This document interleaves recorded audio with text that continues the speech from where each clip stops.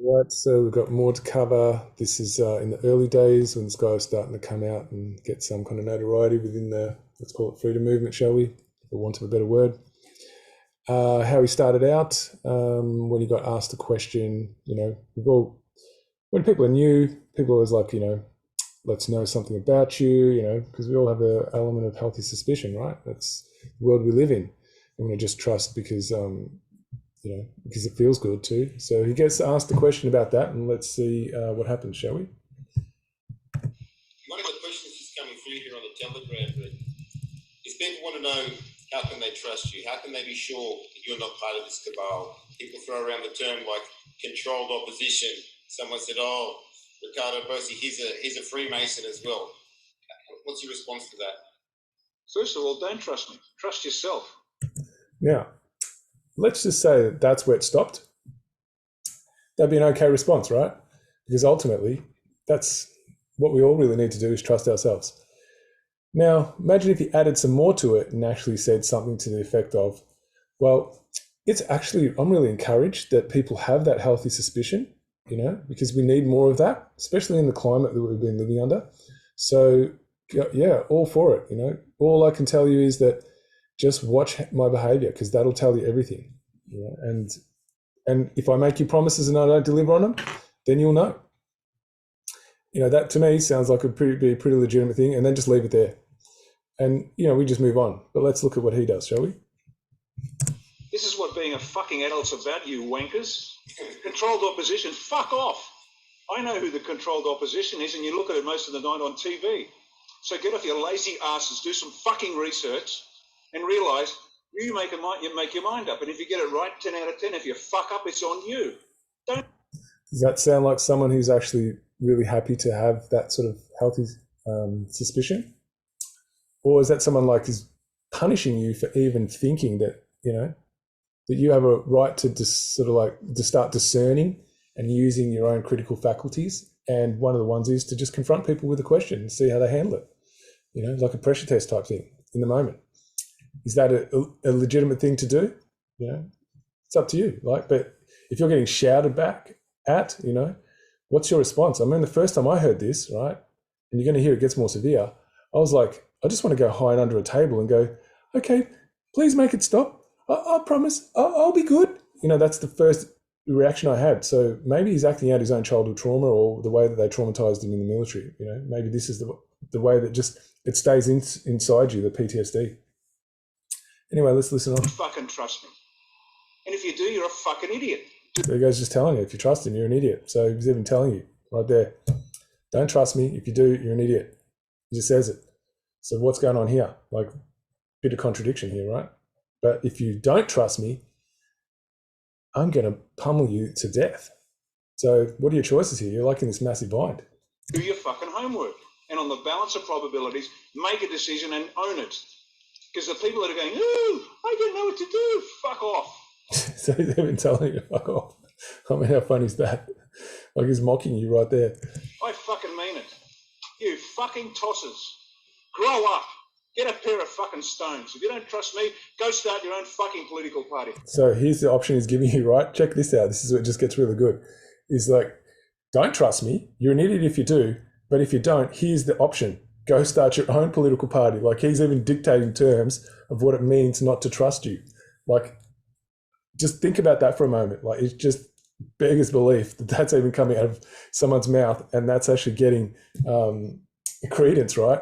Like, this guy on the other side, why isn't he asking him these questions? I mean, it's so hilarious, right? So anyway, let's listen to more. Go save somebody. Go deliver a meal to somebody's hungry. See, he's defining what your other options are, right? He gets to set the definition of what it means not to trust him. If you don't trust me, you must do one of these things. Like, think about how hilarious that is. Like, is that not your ruler just telling you what to do while he's fighting a ruling system? Come on. This is too funny. Go fight for some guy whose daughter's 14 years of age with fucking leukemia, and the doctors are trying to fucking poison her with a jab. Oh, that's a ripper right there, right? Like, look at the emotional strings he's pulling on right there. He's using the whole thing that everyone's rallied against who's not got jabbed, right? He's using that as the way to get you to stop critically thinking about what he's doing and like falling into that, the thing that you support, and that is bodily autonomy and saying that if you don't trust me, then that means you're supporting this. Like, seriously. And if you don't stand up for that, then you're useless. Like, they're your options. And he gets to define all of them. Like, you really got to think about how this works, guys. Because that's the shit that we do on a daily fucking basis. Really? Has he got any evidence of how he does that on a daily basis? Has anyone seen how he does that on a daily basis? Really? Where's that been proven? I haven't seen it. So bring the evidence, buddy. Controlled fucking opposition. You've been living with controlled opposition. Bring up Morrison and ask him if he's a fucking pedophile. Oh, that one even gets better, right? The actual definition of controlled opposition is not the establishment. The establishment is not controlled opposition. They are the establishment.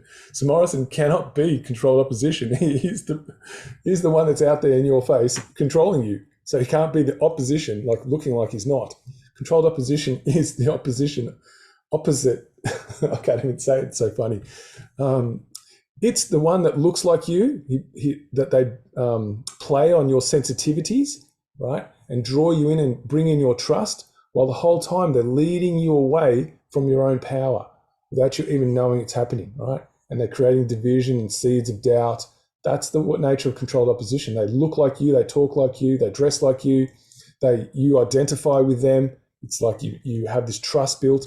That's what controlled opposition is. He's talking about something the total opposite, right? So he's not even giving you the correct definition here, but like, it's just so funny. This is like one of the funniest things I've ever seen. You brave fucking keyboard warriors that never once risked a fucking thing. Now, how does he know how each individual has lived their lives and what they have or haven't risked, right? How does he know that? Where did that knowledge come from? So he's basically saying anyone who disagrees with him, anyone who's got a question to ask him about the legitimacy of his intention, is someone who's just sat on their ass and just taken the easy road. That's basically what he's saying. Now, tell me that's not mind control 101, right? But he's done it through fear. We are hiding under the table, panicking, and just want it to stop, right? And just go, please, sir, I'll be good. That's pretty much what's happening here. It's so funny. Anyway, let's look at how he starts pulling some more strings, right? I spent 24 fucking years in the army. Ah, here we go. There's the ripper, right? Look what I've done for you. Don't you know who I am and what I've sacrificed? This is that card. Protecting sickos like you, not you, David, but the fuckers that never done anything. So who are these sickos he speaks about? That's the first question, right? And how is it you working for a private corporation, right, that has a mandate to go and murder and subjugate people in other countries? How is that you protecting our boundaries? Can you please explain that? You had no problem doing it then as a private mercenary, under the guise of being an SAS officer. But we all know what it was. There was no protecting our country, or the people, because we were never under attack. You were constantly being set outside in these private missions, right? How is that protecting anyone here? That makes no sense, right? So this guy's a warmonger, and then he's going to tell you that he's been doing it for your benefit. I mean, come on. And now my family and I have given up everything for this. Fucking Freemason. If I was a Mason, they'd have fucking hung me by now, you dumb cunt. Well, now you're a dumb cunt because you asked him a question. And so now look at this, the sacrifice, right? This is the next line, right? This is where he goes in the next bit. Now look how much he's sacrificed and given up. Don't you understand? Don't you know how to respect people who give up things for you because you can't do it for yourself because you're too useless, right? Why would you be questioning me? Don't you know how much I've done for you? Like, is that not what politicians do? I don't know. I reckon I've heard a few of them say things like that. Fucking seriously, grow up, do your fucking research. You don't like me? I don't give a shit. I don't fucking care. But that doesn't sound like somebody who doesn't care, because if you didn't care, would you be flipping out like that? So massive contradictions in what he says and what he does, right? So I'm going to come back and I'll give you a little bit more depth here. Just some things to look at. This little chestnut came across my desk, so I'm really grateful how the universe works. The Crowd, A Study of the Popular Mind by Gustav Le Bond. So I'm just not going to read the whole thing. I'm just going to give you the table of contents here. Book 1, The Mind of Crowds, General Characteristics of Crowds, Psychological Law of Their Mental Unity. Some interesting things. Do you think someone might have done some reading up on that maybe? It's just worth asking the question, isn't it? Doesn't he say, don't trust me?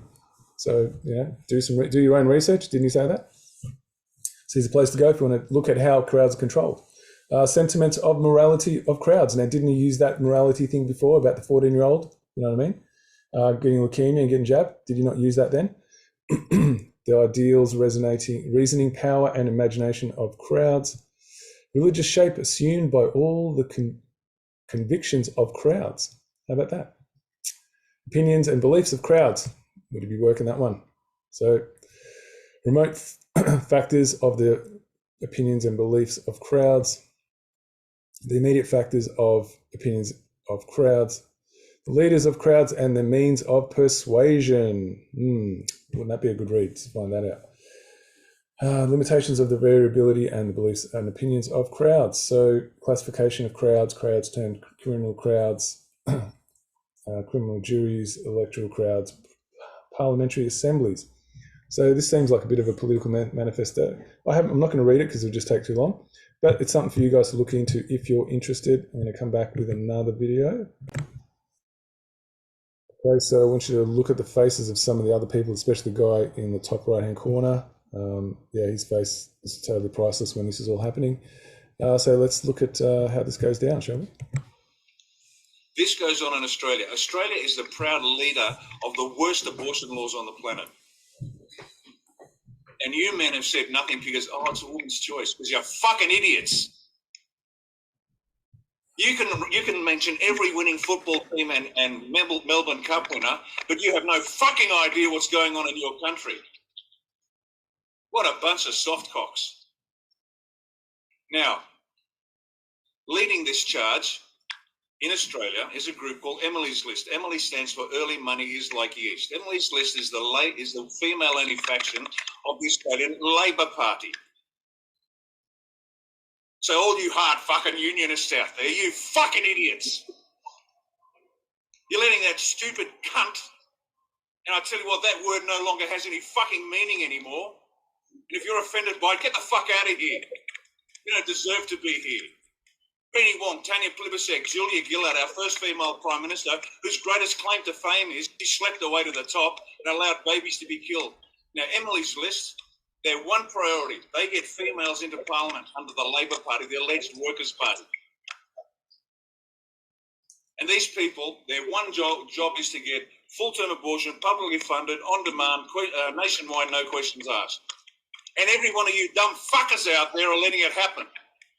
I don't give a flying fuck about how much money I've got, but if I go to my God, just like Brad said, and if I don't actually, with my last dying breath, do everything I can to save kids, then I haven't lived a worthwhile life.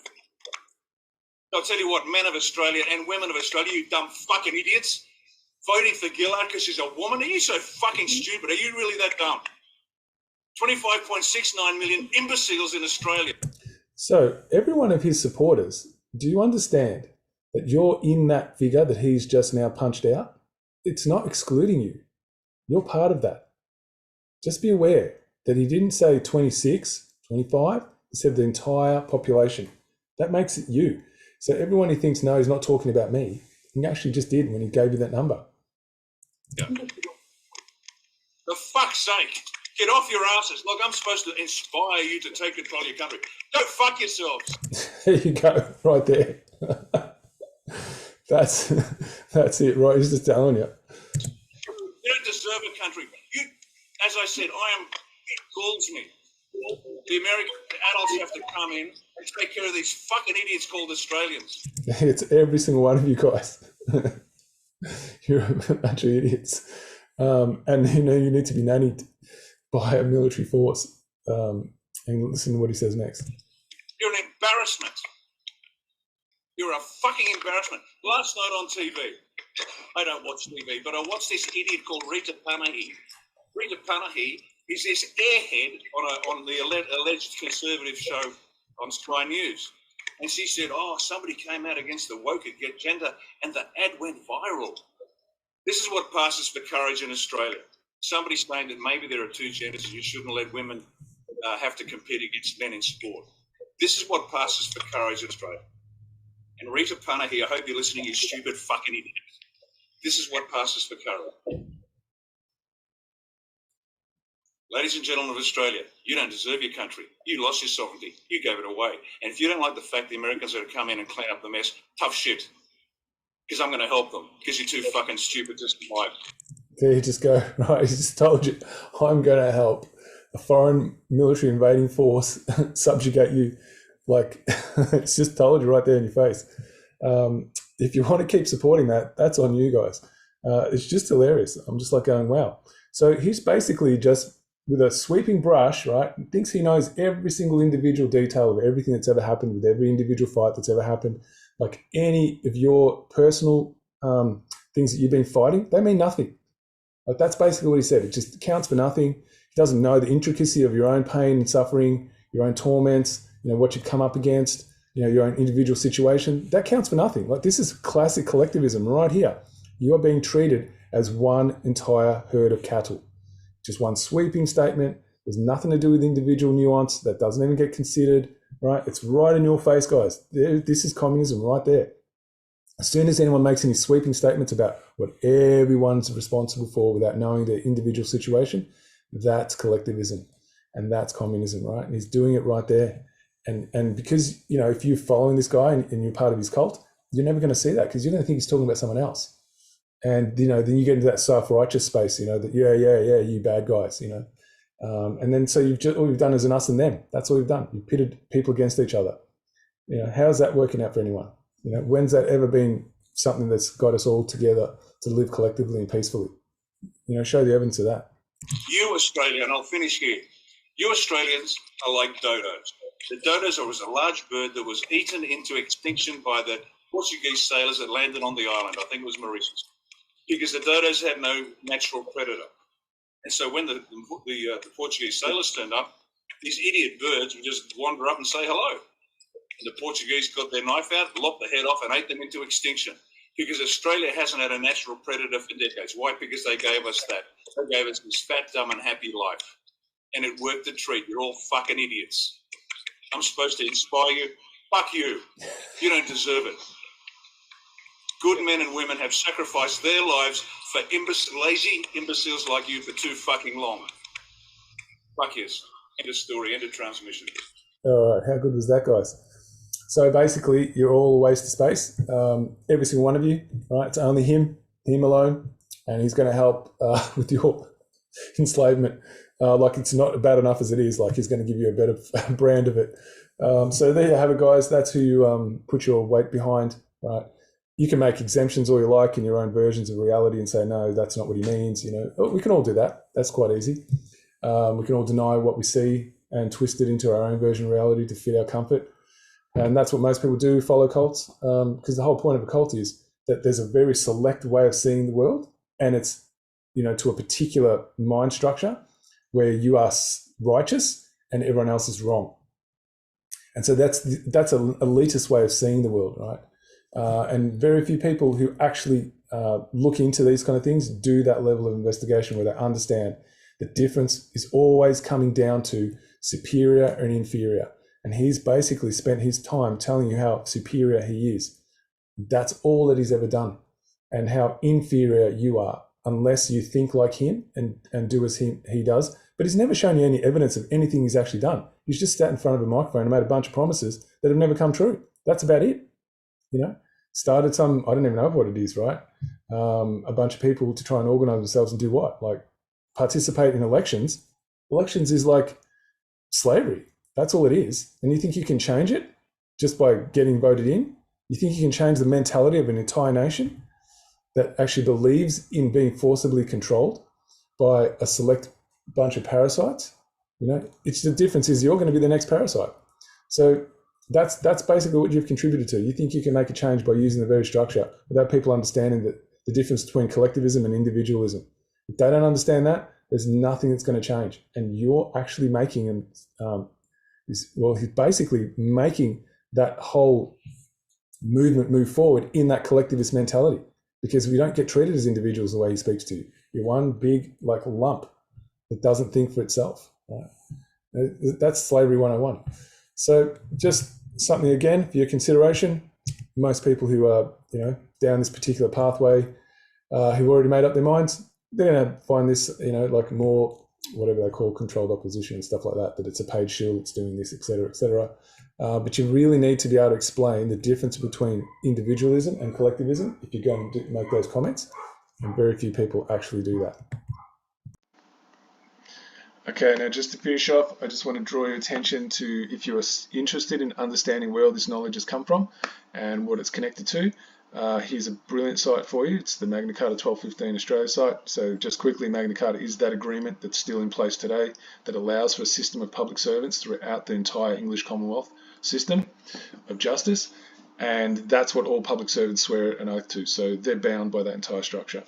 And so if you just want to have a quick look of where to find something that you can learn specific to do with police right now, I'd go to the Action Now page. So here it is here. And you can see there's letters here to the police constable, judicial officer, lots of information and things I just said there, but in a lot more detail, and the public servant one as well.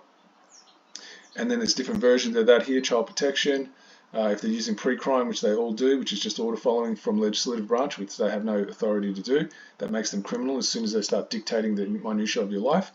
Here you go, dear Police Commissioner, if you want to get even more detail, and this one's specific to Victoria. Okay, so there's lots for you to look through here. You've got news and articles, so there's plenty of things to read here, as you can see. So the first one here is the secure boundaries for freedom to prevail. That's what the Magna Carta is all about. Pretty much what I just described to you earlier, where the individual right to decide for ourselves and govern ourselves. That's what that protects. Otherwise, we're slaves, right? So it's really simple, and there's just more stuff here to do that. Just going to move over to the learning section. So you've got videos, so plenty of video resources here. The Magna Carta lessons, as you can see here. Then you've got, this is brilliant, this is 2-minute description of the true nature of the control system we live under. If you want to learn that real quick. So here's Will Kidd again. So he's done a few vids, as you can see. So he's done a lot of research on this topic, years and years. This is Mark Pascoe. This is about natural law, if you're really interested in that, because everything comes from the knowledge of natural law. And if you don't understand natural law, you'll always be controlled. This is an attempt to start getting from basics and principles and moving up to understanding how that fits in with the Constitution and what that really means. So that's another thing to look at here. John Locke does a lot of great stuff here on Article 61. So then you've got the reading version of that. So that's if you like that, you've got reading. So I'm just going to point you to one specific one. To me, this is the one I'd go to straight away if I really wanted to learn something, and that's this one, the Constitutional Treatise. This breaks it down really simply. So that's all I wanted to show you guys. If you are interested in educating yourselves and your children about how true freedom works and your rights and how they're protected under this structure, and anything else is a fiction, and it's deliberately created to actually bamboozle you to think that public servants have the right to forcibly dominate and control you and take your money and then treat you as their cattle and property, right? If you want to understand how that's been done, it's a great place to come and do it. That'll do.